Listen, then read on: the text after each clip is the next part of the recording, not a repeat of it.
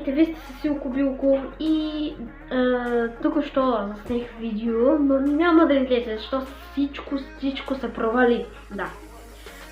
Затова съм ви разкажа накратко какво имаше в това видео. Значи, започнахме да снимаме за гномовете. Да. Няколко гнома имах. Беше много добре. Да. Но, нали, сложих ги в полукръг. Сложих един гном, нали, вътре в кръга. Се телепортираш. Да, имаше много промени в градината ми. Да, чакахме минути, 5865. Но, да. След това, когато отидих на Си-шопа, видях някакъв човек. И аз отивам да го видя и то се оказва, че някакъв евент имал. И ми се промени скина и аз излизам от Grow a Garden и трябва да се сменя скина, защото синя ми робот е много добре. Мъчих се 5000 години, но слава Богу успях. Сега се ме снема станало, това беше местопрестъплението. Да го кажа как са наредени гномовете и какъв ми беше скина. Да. Става. Влезаме в Grow a Garden. Това е на бомбоса. Не е моят бомбоса. Добре. Ето го! Някакъв човек също се е направил същия скин. Такъв ли беше скин буквално? Такъв зелен буквално. Трябва да попитате защо. Аз не знам.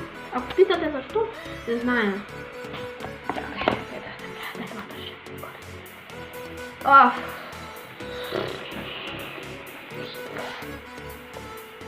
Не съм пръгнала. Ето. Още. Той се телепортира. Човека, дето исках да ви покажа. Ето. Това не е човека, това е робот. Дето ти сменя скина, за да участваш в нещо. Да.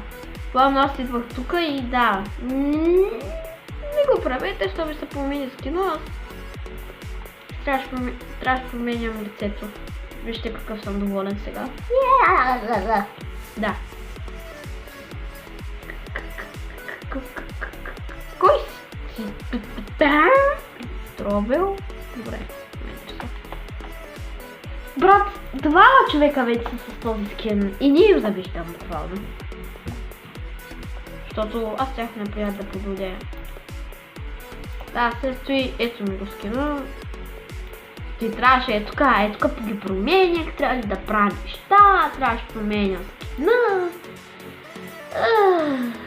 Просто не го правете това, дето аз направих. Да стане 2 минути клипа и се свърши.